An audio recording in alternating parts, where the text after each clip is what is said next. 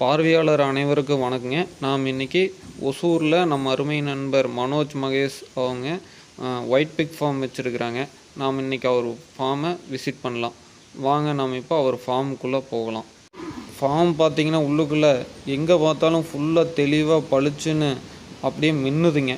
அது காரணம் வந்து ஃபார்ம் ஃபுல்லாகவே முழுசாக ஃபுல் அண்ட் ஃபுல் டைல்ஸ்லேயே ஒட்டியிருக்கிறாருங்க. டைல்ஸ் கல்லாகவே ஒட்டியிருக்கிறாரு. ஃபுல்லாக அவ்வளோ சுத்தமாக இருக்குதுங்க, அவ்வளோ நீட்டாக இருக்குது. தண்ணி எங்கே பட்டாலும் அடுத்த 10 நிமிஷம் ஃபுல் அண்ட் ஃபுல் ட்ரை ஆகிடுது. டாப் பார்த்துட்டிங்கன்னா இப்படி ஃபுல்லாக கால்வனிக் ஷீட்லேயே போட்டிருக்கிறாரு. ஏர் சர்க்குலேஷனுக்காக வென்டிலேட்டர் அப்போ ஒரு 10 அடிக்கு ஒன்று போட்டிருக்கிறாரு. ஃபேன் வந்து பார்த்திங்கன்னா 4 பண்ணிக்கு ஒரு ஃபேன் மாட்டியிருக்கிறாரு. இது ஜெஸ்டேஷன் செக்ஷனுங்க. பூரா பிஎம்சி ஃப்ளோர் போட்டு ஒவ்வொரு பண்ணிக்கும் தனித்தனி கேஜ் போட்டு அதுக்குன்னு தனித்தனி ஃபீடு தொட்டி அமைச்சிருக்கிறாருங்க. ஃபுல் அண்ட் ஃபுல் ஓனாக சொந்தமாகவே ஃபுல் அண்ட் ஃபுல் டிசைன் பண்ணியிருக்கிறாரு. யார்கிட்டையும் எதையும் கன்சல்ட்டே பண்ணாமல் அவரே சொந்த திறமையால் இவ்வளோ சூப்பராக பண்ணியிருக்கிறாரு. பார்த்திங்கனாலே உங்களுக்கு புரியும். ஒவ்வொரு அனிமலுக்கும் ஒவ்வொரு ஸ்லேடு மாதிரி வச்சு ஒவ்வொரு நம்பராக மார்க் பண்ணி அந்த அனிமல் வந்து மேட்டிங்லேருந்து டெலிவரி முடிஞ்சு வீனிங் வரைக்கும் அந்த பனியோட பர்ஃபார்மன்ஸை நோட் பண்ணுறாரு.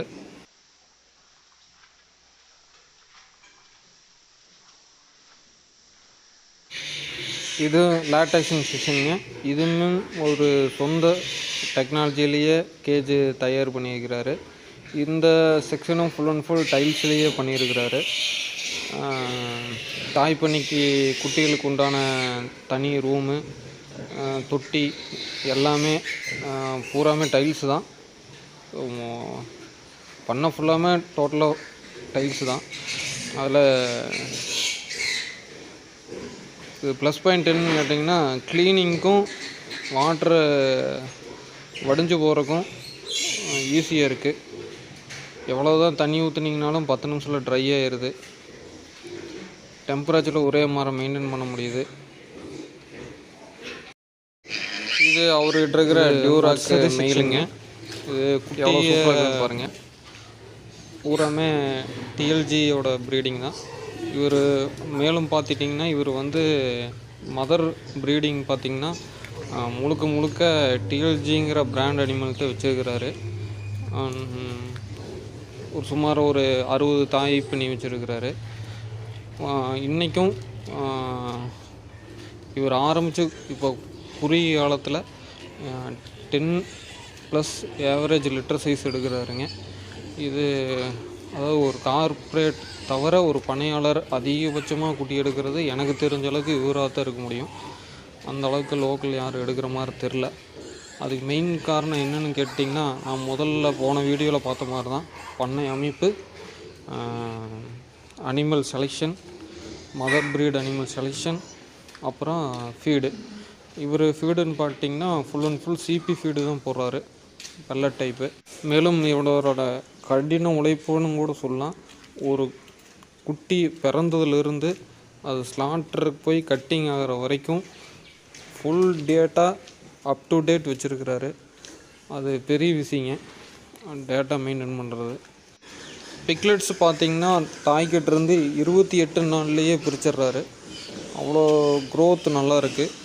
மேலும் இவர் தனக்கு போக மீதி பிக்லெட்டை யாராவது சிறு பண்ணையாளர்கள் கேட்டாலும் மினிமம் ரேட்டில் கொடுக்குறாருங்க. அதுபோல் மதர் ப்ரீடும் சேல்ஸ் பண்ணுறாருங்க. எகென்ஸ்ட் பேமெண்ட்டுங்கிற ஆப்ஷன் கீழே யாராவது மதர் ப்ரீடிங் வேணும்னாலும் 70-80 கிலோ வரைக்கும் வளர்த்தி கொடுக்குறாருங்க. ஏன்னு கேட்டிங்கன்னா, ஒரு மதர் வந்து 8 குட்டி போடுதுன்னா அதில் 2 குட்டி மட்டும்தான் உங்களுக்கு மதர் ப்ரீடிங் செலெக்ஷன் பண்ணி வைக்க முடியும். அதனால எகென்ஸ்ட் பேமெண்ட் ஆப்ஷனில் மட்டும்தான் அது பண்ணுறாரு. எவ்ரி வீக்கெண்டு இவர் வந்து ஆர்டர் பேஸில் மீட்டு சேல்ஸ் பண்ணுறாருங்க.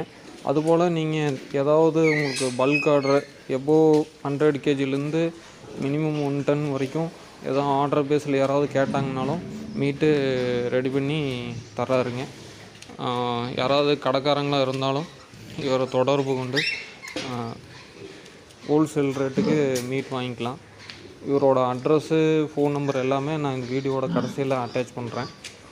பர்த்துலேருந்து ஸ்லாட்டர் கட்டிங் வரைக்கும் டோட்டல் ட்ரை ஃபீடு மட்டும் யூஸ் பண்ணுறனால மீட்டோட குவாலிட்டி வந்து நல்லா இருக்குங்க, நல்ல டேஸ்ட்டாக இருக்குது. இன்றைக்கி இருக்கிற ட்ரெண்டிங்கில் ட்ரை ஃபீடு மட்டுமே யூஸ் பண்ணி ப்ரீடிங் பண்ணி ஃபேட்னிங்கும் வளர்த்தி கட்டிங்கும் பண்ணுறனால மட்டும்தான் இவரால் மார்க்கெட்டில் ஜெயிக்க முடியுது. அதனால் நியூ பண்ணையாளர்கள் புதுசாக பண்ணைய ஆரம்பிக்கணும்னு நினைக்கிறவங்க இவரை கண்டிப்பாக தொடர்பு கொண்டு இல்லை ஃபார்ம் விசிட் பண்ணி இவரோட அனுபவத்தை கண்டிப்பாக தெரிஞ்சுக்கங்க.